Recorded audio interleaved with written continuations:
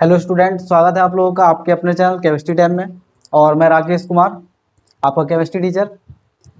आप लोग जानते हैं कि जैसे कि अभी हमारा टॉपिक चल रहा है पी ब्लॉक हम लोगों ने स्टार्ट किया है और एक लेक्चर इसका हो चुका है जिसमें मैंने ओस्टवाल्ड विधि पढ़ाई थी। अगर आप लोगों ने ओस्टवाल्ड विधि अगर नहीं देखी है तो पहले वो वाली वीडियो देख लीजिए, क्योंकि नाइट्रिक एसिड की हम ओस्टवाल्ड विधि पढ़ चुके हैं। आज जो है नाइट्रिक एसिड बनाने की ही सेकंड विधि हम पढ़ेंगे। सेकंड मेथड है और ये भी औद्योगिक निर्माण है, इंडस्ट्रियल मेथड है। इंडस्ट्री में कैसे बनाते हैं, यानी बड़े पैमाने पे। ये लैब वाला नहीं है, लैब में जो बनाते हैं वो कम मात्रा में बनाते हैं। हम जो पढ़ेंगे वो औद्योगिक निर्माण है। तो आज है सेकंड विधि, बर्कलैंड तथा आइड की विधि। इसको समझते हैं। अगर आप लोगों ने ओस्टवाल्ड विधि को याद कर लिया होगा तो ये बिल्कुल सेम है, इसकी रिएक्शन सारी सब सेम है, बस इसका स्ट्रक्चर जो है ना, जो इसमें इंस्ट्रूमेंट यूज होते हैं वो जो है वो थोड़ा डिफरेंट है। बाकी सब कुछ सेम है, रिएक्शन भी सेम है। तो रिएक्शन और हिंदी तो बड़ा आसान है, बच्चे जो है हिंदी याद करने में लगे रहते हैं। हिंदी में इसको किस तरीके से लिखना है, इसकी हिंदी बड़ा इजी मेथड से आपको बताऊंगा। पहले इसका स्ट्रक्चर। अच्छा, स्ट्रक्चर याद करने के लिए मैंने ट्रिक लिख दी है कि ट्रिक क्या है। ट्रिक से आप चित्र याद कर सकते हो। जैसे ओस्टवाल्ड विधि के लिए मैंने ट्रिक बताया था, ऐसी इसके लिए भी जो है ट्रिक है। आप ट्रिक से स्टेप वाइज याद कर सकते हो कि किसके बाद क्या आएगा। ठीक है, तो आइए हम देखते हैं। बर्कलैंड तथा आइड की विधि है HNO3 बनाने की सेकेंड विधि। तो हम देखते हैं इसमें है क्या क्या। पहले तो इसके चैम्बर देख लेना, कौन कौन से चैम्बर है। एक है इसमें वैद्युत भट्टी, फिर है कूलर, बॉयलर, ऑक्सीकारक स्तंभ, अवशोषण स्तंभ। इसमें ये वाले चैम्बर यूज होते हैं, वैद्युत भट्टी, कूलर, बॉयलर, ऑक्सीकारक स्तंभ, अवशोषण स्तंभ। अच्छा, इसको याद करने के लिए मैंने यहाँ पे, वहां था उल्लू आजाब, हमने उसकी ट्रिक जो बनाई थी वो क्या था, उल्लू आजाब। इसकी ट्रिक ये है बीबी आजा अब, बीबी आजा अब। लेकिन एक चीज याद रखना, बीबी आजा अब के बीच में कूलर लगाना है, बीबी के बीच में कूलर लगाना है। बीबी जो है इसके बीच में कूलर लगाना है। इसका मतलब समझिए क्या है।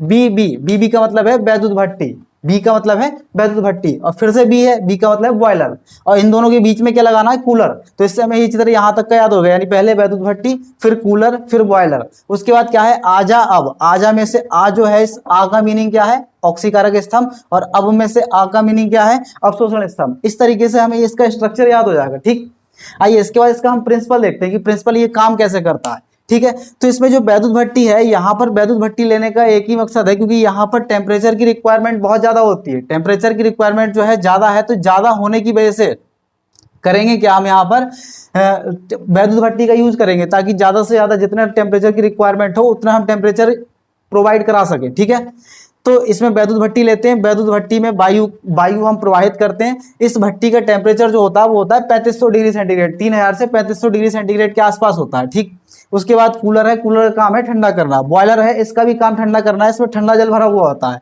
ठीक है, ये ऑक्सीकारक स्तंभ है, इसका काम आपको पता ही है, ऑक्सीकरण की क्रिया होगी यहाँ पे। अवशोषण स्तंभ, इसमें क्वार्ट्ज भरे हुए हैं, ये जो है ये क्वार्ट्ज भरे हैं, इसके अंदर क्वार्ट्ज पत्थर टाइप से है, क्वार्ट्ज भरा है, और इसमें ऊपर से हम जल की वर्षा करते हैं। ठीक, तो इसमें जैसे ही हम वायु डालेंगे, वैद्युत भट्टी में जैसे ही वायु प्रवाहित करेंगे तो होता क्या है, वायु के अंदर N2 और O2 दोनों मौजूद होते हैं। N2 और O2 जो है दोनों की उपस्थिति होती है। तो N2 और O2 आपस में रिएक्ट करके 3500 डिग्री सेंटीग्रेड ताप पर आपस में क्रिया करके क्या बना लेंगे, नाइट्रिक ऑक्साइड गैस बनाएंगे। ठीक है, नाइट्रिक ऑक्साइड जब गैस बनाएंगे तो ये नाइट्रिक ऑक्साइड गैस का टेम्परेचर बहुत ज्यादा होगा। क्यों, क्योंकि वैद्युत भट्टी जो है इसका टेम्परेचर 3500 है। तो इसके बाद यहां से हम इसको कहां ले आते हैं, कूलर में ले जाते हैं। कूलर का काम है ठंडा करना।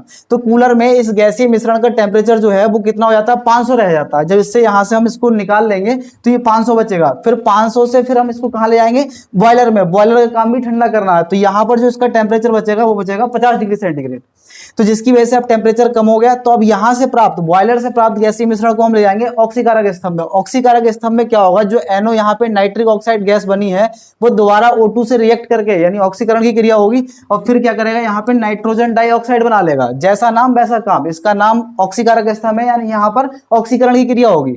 तो NO जो है यानी नाइट्रिक ऑक्साइड गैस O2 से क्रिया करके NO2 बनाएगा। यहां तक की रिएक्शन आपने सेम ही पढ़ी होगी ओस्टवाल्ड विधि में, वहां पे भी सेम रिएक्शन हमने पढ़ी थी, दोनों रिएक्शन सेम थी। यहाँ पर यहां तक की जो रिएक्शन है सेम है, बस टेम्परेचर का इफेक्ट है। ठीक है, वहां पे अमोनिया और हवा लेते थे, यहाँ पर N2 और O2 है, बस इतना डिफरेंस है।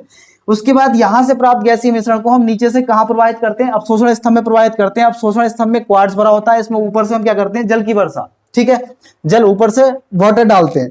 जैसे ही हम जल डालेंगे तो होगा क्या, सेम रिएक्शन पुरानी आ गई, NO2 H2O आपस में रिएक्ट करेंगे, NO2 और H2O आपस में रिएक्ट करेंगे और फिर से वही दो भैया बनेंगे जो हमने पिछली बार बनाया था। NO2 और H2O आपस में रिएक्ट करके दो भैया बनाएंगे जिनमें 1 साल का अंतर होगा। एक बनेगा नाइट्रस अम्ल HNO2 और एक बनेगा नाइट्रिक अम्ल HNO3।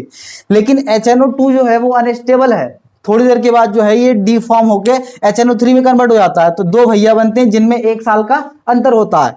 छोटा वाला मर जाएगा। अच्छा, मैं ये ट्रिक बता रहा हूं आपको सिर्फ याद करने के लिए, क्योंकि रिएक्शन बहुत ज्यादा है और इतनी सारी रिएक्शन है कि हम कंफ्यूज हो जाते हैं कि याद कैसे करें। तो इस ट्रिक से आपको याद हो जाएगा। वैसे तो जनरली हम रिएक्शन लिख सकते हैं, तो याद करने के लिए मैंने ट्रिक बताई है। तो छोटा भैया मर जाता है, किस में बदल जाता है? बड़े भैया में बदल जाता है। यानी HNO2 जो है थोड़ी देर के बाद HNO3 बना लेगा, HNO3 में बदल जाता है, यानी बड़ा भैया बन जाता है। और क्या कहते हुए मरता है? नो वाटर, यानी मर रहा है तो पानी नहीं पिएगा, नो वाटर। इस तरीके से आप ये रिएक्शन और चित्र दोनों याद कर लोगे। अच्छा, अगर हिंदी की बात है कि हिंदी हम कैसे लिखेंगे, तो देखिए हिंदी लिखने के लिए कुछ नहीं करना, आप हेडिंग बाइज हेडिंग जो है डाल सकते हैं। फर्स्ट हेडिंग होगी वैद्युत भट्टी। वैद्युत भट्टी हम जब डालेंगे तो लिखेंगे इसमें हम वायु प्रवाहित करते हैं। इस भट्टी का टेम्परेचर 3500 डिग्री सेंटीग्रेड होता है, जिसमें इसमें दो ये जो है ना दो पोल है, एनोड और कैथोड। जैसे हम स्विच ऑन करेंगे तो यहाँ पर चिंगारी उत्पन्न होगी, यहाँ इसको आर्क मेथड भी कहते हैं, ठीक है। तो चिंगारी उत्पन्न होती है जिससे इसका टेम्परेचर 3500 हो जाएगा। तो जब वायु डालते हैं तो इसमें निम्न क्रिया होती है, फिर ठीक है। उसके बाद यहाँ से प्राप्त गैसीय मिश्रण को कूलर में ले जाते हैं, कूलर के बाद फिर यहाँ से प्राप्त गैसीय मिश्रण को बॉयलर में ले जाएंगे। और नेक्स्ट हेडिंग जो आप डालोगे वो डालोगे ऑक्सीकारक स्तंभ। बॉयलर से प्राप्त गैसीय मिश्रण को हम कहाँ ऑक्सीकारक स्तंभ में जब ले जाते हैं तो यहाँ पर निम्न क्रिया होती है, NO और O2 आपस में रिएक्ट करके क्या बना देंगे? NO2। ऑक्सीकारक स्तंभ से प्राप्त गैसीय मिश्रण कहाँ जाएगा? अवशोषण स्तंभ में। इसमें क्वार्ट्ज भरा होता है, इसमें ऊपर से हम वाटर डालते हैं। जब डालते हैं तो NO2 यहाँ से H2 के साथ रिएक्ट करके, NO2 और H2 आपस में रिएक्ट करके क्या करेंगे? HNO2 और HNO3 बना लेते हैं, यानी नाइट्रस अम्ल और नाइट्रिक एसिड। नाइट्रस अम्ल जो है अनस्टेबल है, यानी अस्थायी है, थोड़ी देर के लिए बनेगा, उसके बाद डिकम्पोज हो जाएगा। तो HNO2 जो है वो HNO3 में कन्वर्ट हो जाता है, यानी छोटा भैया बड़े भैया में बदल जाता है। और क्या कहते हुए मरता है? नो वाटर, ये नहीं पिएंगे पानी। तो इस तरीके से आप जो है ये विधि मतलब याद कर सकते हो। ओस्टवाल्ड भी सेम थी, यानी रिएक्शन उसकी भी यही थी और इसकी भी यही है, यानी सेम है दोनों, तो कुछ दोनों में डिफरेंस नहीं है। तो ये जो है हमारी बर्कलैंड तथा आइट की विधि कंप्लीट हो गई। नेक्स्ट जो है अब एक लैब मेथड रह गया। मैंने दो मेथड पढ़ा दिया आपको, इंडस्ट्रियल मेथड यानी औद्योगिक निर्माण, और एक विधि जो रह गई है वो रह गई है लैब मेथड, यानी प्रयोगशाला में आप कैसे बनाओगे, तो उसको भी हम पढ़ते हैं। नेक्स्ट लेक्चर में जो है मैं उसको कराऊंगा HNO3 बनाने की प्रयोगशाला विधि, ठीक है।